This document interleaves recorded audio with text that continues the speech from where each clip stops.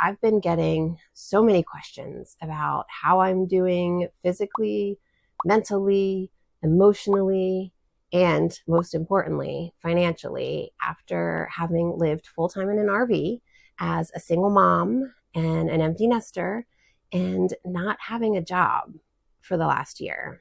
This video is actually a way for me to kind of look at the reality of my current situation and my life as a whole and what it's really been like the last year on the road full time. On this channel, I am sharing the truths about living full time in an RV, traveling solo, interior design, art, mindsets, all the things. But my main goal for this channel is to encourage all of you to take chances and step into your arena to create some sort of epicness for your next chapter. And because it would defeat the whole purpose of being honest, I'm not going to sugarcoat anything or try to make anything seem more fabulous than it really is, which, by the way, it really is fabulous. No matter what else is falling apart around me, I would never choose to go back and make a different choice. I am so beyond grateful for the strength that I found in myself, to believe in myself, and the courage to do something that I was super scared of and I knew nothing about. And just to take a leap of faith that scared the shit out of me, frankly. Yes, hard might be an understatement, but life was never super easy before. The difference is that now when life is hard, I can literally just hop in the car, drive away with my home, and try again somewhere else, on a beach, preferably. If you're in for a semi-short, hopefully inspirational story, grab a glass of wine or coffee or strawberry flavored water. I won't judge, I promise. Just join me. Being solo on the road is super exciting, but sometimes it's also a little lonely. So I saved you a seat right next to the gizmo, who's also joining us today for happy hour. The overall truth of the matter is that this last year has not been easy. Now, having said that, I didn't have any grandiose ideas in the beginning about this lifestyle. I literally knew nothing. The only thing I did know was that something about my current life had to change. I was not happy. I was living in a town where I did know a lot of people. I'd been there for over 2 decades, but I think that the struggle I was having was more about not knowing myself anymore. The previous 18 years had been so focused on raising my daughter that I think I had lost who I truly was. But my daughter was leaving for college and I hated my job, even though it paid the bills. But there was no future at that job. There was no growth, no expansion. In fact, I hadn't gotten a raise in over 10 years, which honestly was partly my fault because I had also never actually asked for one either. Mostly out of fear, I think. It was the epitome of a comfort zone job. But anyway, the overall gist is that I had paid off all of my debt. I had saved some money, and I had even gotten a remote job with an interior design firm in California. I was ready and I was excited. Needless to say, the architect who owned that firm had no clue whatsoever how to work with a remote person. And after a month, she basically just fell off the face of the earth. I never even got an email telling me why or what happened. And honestly, that wasn't for lack of me trying to contact her. I had really never felt so disrespected or such a lack of professionalism in all my 3 decades of working. I am not trying to say that I'm the absolute most amazing employee ever. I do make mistakes, but I will always admit my mistakes and do whatever it takes to correct them. And I am good at my job. I love to learn, and I definitely have a growth mindset.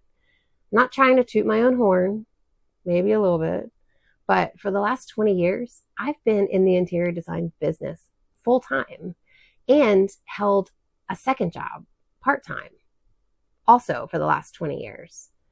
And I was working remotely for another firm doing exactly the same thing she hired me to do. So basically, this woman left a really bad taste in my mouth for trusting anyone who made promises about learning with me as we go. After that, I looked and I looked and I applied for hundreds of jobs.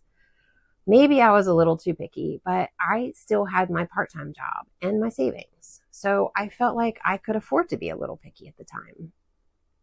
Plus, I didn't choose this lifestyle to not have time or funds to live this lifestyle. I did keep looking.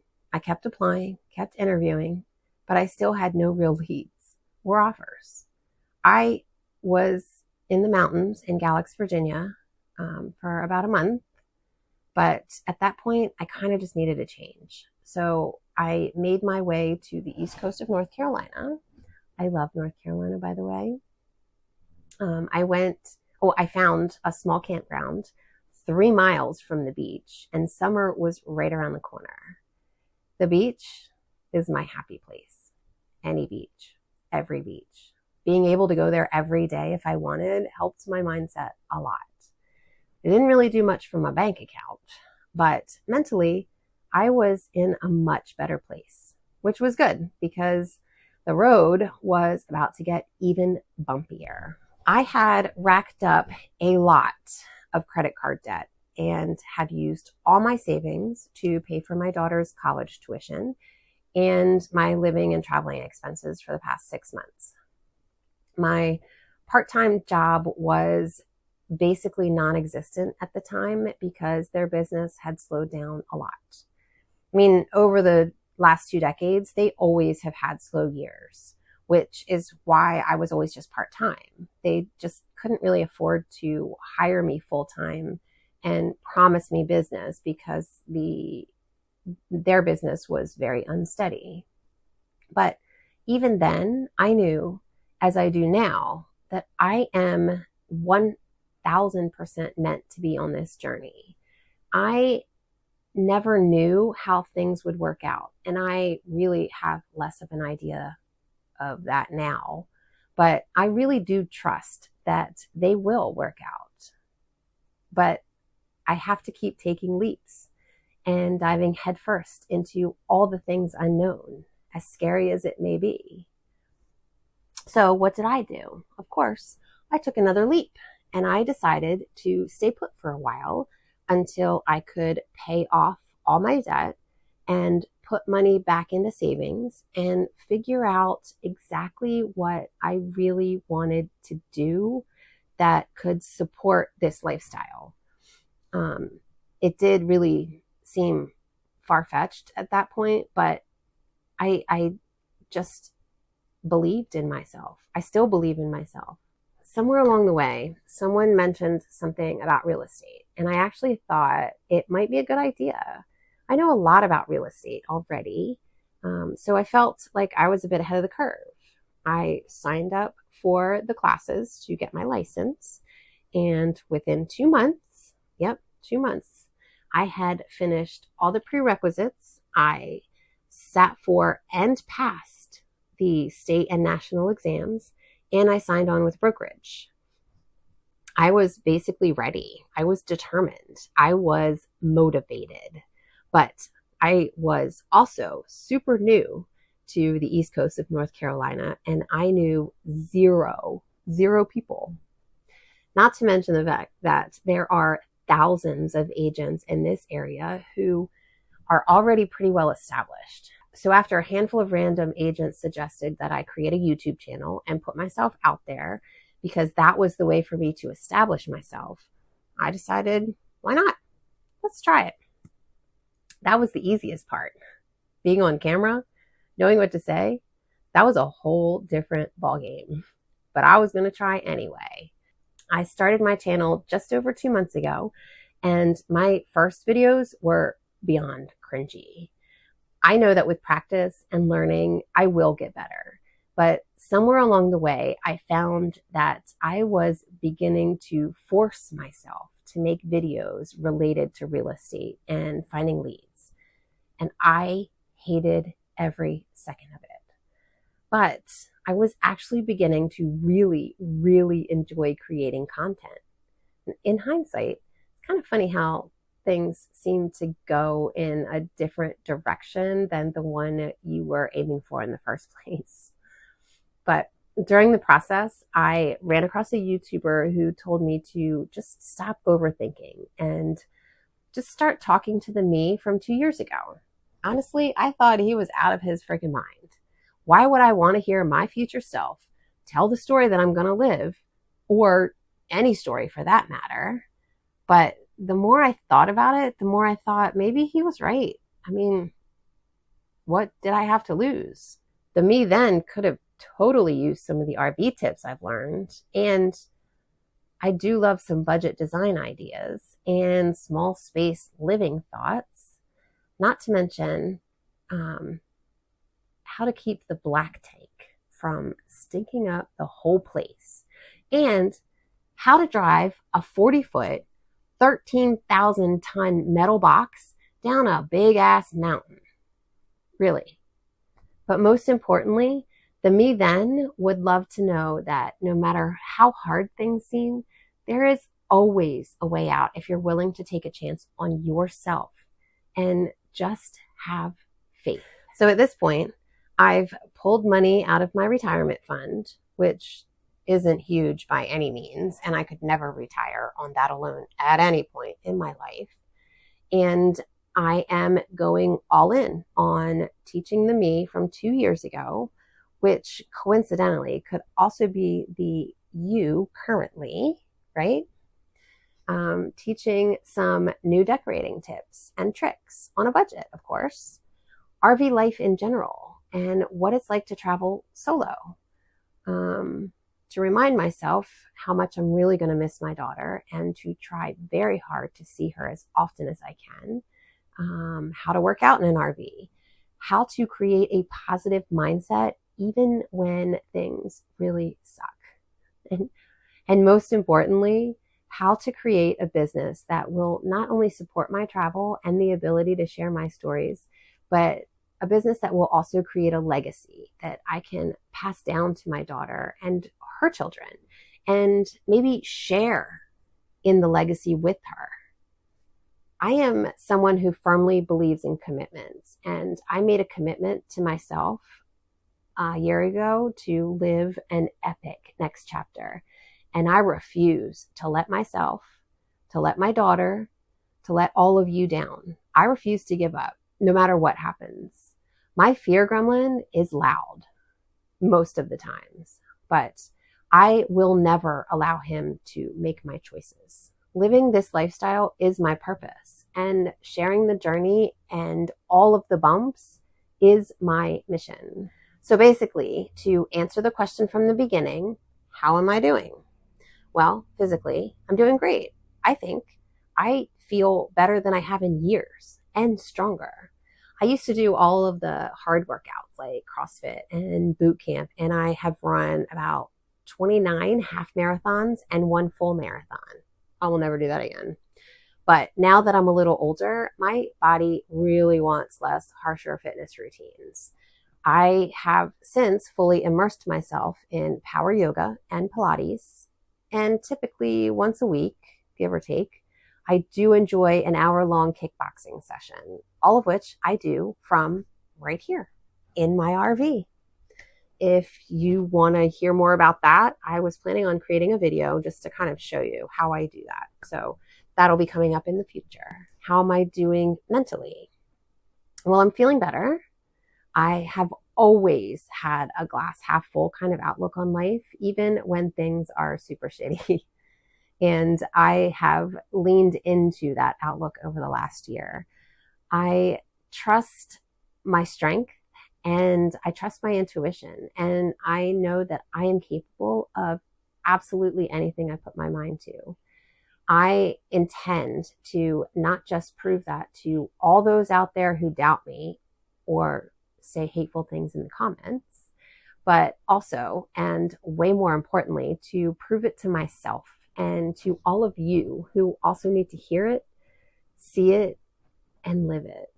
How am I doing emotionally? Well, that part is a bit of a struggle every day, mostly because I miss my daughter a lot, but also because being a single human on the road can be lonely.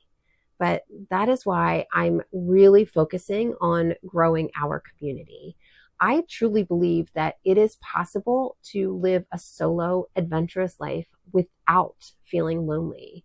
And for the record, and you guys can all quote me on this, one day when I have the funds available, I intend to start a biannual tradition of having a community gathering for all of us to be able to come together, to share our adventures, and to grow even stronger together for like a whole weekend, twice a year.